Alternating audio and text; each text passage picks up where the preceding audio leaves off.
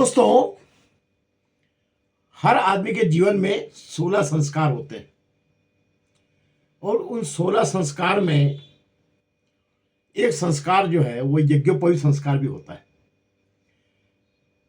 ये बड़ा सुनने में बड़ा हास्यप्रद लगता है और बहुत से लोग उसका मजाक भी उड़ाते हैं। लेकिन दोस्तों, आश्चर्य होगा आपको कि जो यज्ञोपवीत संस्कार है हर जीव का होता है। कैसे होता है मैं बताता हूं आपको। यज्ञोपवीत संस्कार जो है, इसमें आदमी के कंधे पे एक 3 तार वाला धागा, एक लंबा धागा उसके कंधे से लेकर उसके बाजू से उतार के नीचे तक लगाया जाता है और उसमें 3 तार होते हैं। एक छोटी सी प्रक्रिया है दिखने में कि 3 तार का एक धागा आपने कंधे पे लटका लिया और उसका जो दूसरे लोग बड़े मजाक उड़ाते हैं कि ये क्या रखा है इसमें, क्यों ये एक जबरन की ऑर्थोडॉक्सी पाल के रखी है। लेकिन गुरु, आप लोगों को बताऊं मैं कि हमारे जो गुरु लोग थे वो कितने विज्ञान थे, कितने यानी वैज्ञानिक थे, वो कितने वो दूरदर्शिता के घोतक थे। वो उन्होंने ये संस्कार हर बच्चों में डाला और ये देख के डाला कि हर जीव ये संस्कार कर रहा है तो बच्चे हमारे भी करें। अब वो क्या संस्कार है अब आपको बताता हूं मैं। वो संस्कार ये है कि हर जीव को आदमी के जीवन में 3 धर्मों का पालन करना पड़ता है। अपने बच्चों को पालना, अपने बुजुर्गों की सेवा करना, और कोई आपके घर में आया सहायता लेने तो उसकी सहायता करना। इसी को हमने कहा है 1 पैसा दान करो, 1 पैसा कुएं में डालो, 1 पैसा जो है अपना ऋण चुकाओ। पितरों का ऋण हम चुकाते हैं। पितरों ने हमको जन्म दिया, पितरों ने हमको पालन पोषण किया, तो उनकी सेवा करके 1 पैसा हम उनको चुकाते हैं।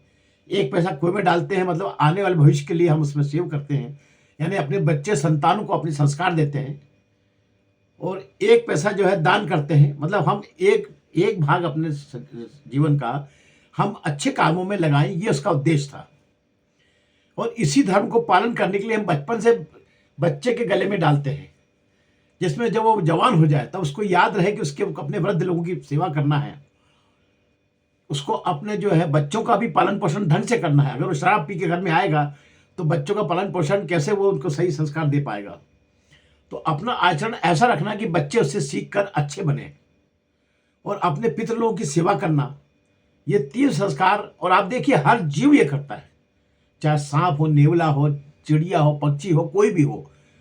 सुबह से चिड़िया जाके बाहर जाके दाने लाके अपने बच्चों की छोटे बच्चों को, नन्हे बच्चों के मुंह में डालती है। अगर उनके कोई वृद्ध है, बीमार है, उसको भी डालती है।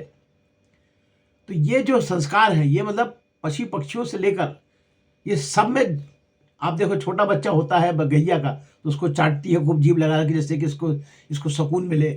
फिर उसको खूब दूध पिलाती है, उसको मतलब तैयार करती है। जब तक बच्चा योग्य नहीं होता तो उसको अपने घेर के रखती है अपने पास उसको। ऐसे हर जानवर अपने बच्चे को जब चलता है तो उसके नीचे छोटा बच्चा है जो उसके पीछे पीछे उसके साथ साथ चलता है, उसकी निगरानी में चलता है, चाहे वो शेर हो, चाहे वो चीता हो, चाहे कोई भी हो। तो ये जो है, यही इसी को जो है ऋषियों ने यज्ञोपवीत संस्कार कहा है, और ये हर आदमी को इसका पालन करना चाहिए। वृद्धाश्रम में अपने वृद्धों को भेजकर वो कभी यज्ञोपवीत का संस्कार का पालन नहीं कर सकता और कभी उसको मोक्ष नहीं मिलेगा।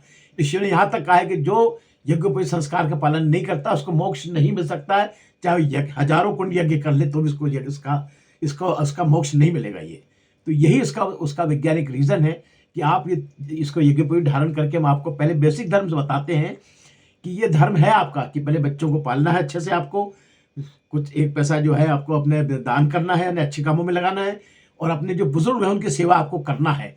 ये तीनों धर्म का पालन करने के बाद ही आपको मोक्ष मिलेगा। ये बचपन से हम संस्कार डालते हैं यज्ञोपवीत संस्कार के माध्यम से। ये ब्राह्मणों में इसलिए प्रचलित हुआ है, लेकिन दूसरे सभी जातियों में भी ये प्रथा है। जनेऊ भले दान कर, लेकिन उस बार सिखाते हैं बच्चे बड़ों की सेवा करिए, बच्चों की, छोटों की, बुजुर्गों की सेवा करिए, बच्चों को अच्छे से पालिए और अपने जो आदि ऋषि उनकी सेवा करिए। तो इन सब संस्कारों को आप जो है जब अपन धारण करते हैं तभी अपना मोक्ष होता है। इसी को यज्ञोपवीत कहा गया है। अब आप बोलेंगे शादी के समय पत्नी के भी 3 तार का जनेऊ होता है, मतलब जनेऊ उसको कहते हैं गायत्री जनेऊ। ऐसे 6 तार का जनेऊ हो जाता है। तो जो पत्नी के भी जो ऋण है उसको भी चुकाने की जिम्मेदारी पति की है। उसके माता पिता ने भी उसके लिए जो किया है, वो अपने माता पिता के लिए सेवा करना चाहती है, उसको पूरा उसमें सहयोग देना पति का धर्म है ये। और ससुराल वालों का भी धर्म है कि वो अपने जो बहू है उसकी धर्म में सहयोग करें, उसको अवॉइड नहीं करें कि हमारे जो बस समधी वालों को हम क्यों उनको सपोर्ट करें, नहीं। अब उनकी पत्नी का जो धर्म है उसको पालन करने में उसका अपनी बहू का सहयोग करें वो, जिससे कि वो भी अपने धर्म का पालन कर पाए। अनिल मिश्रा, बैतूल से।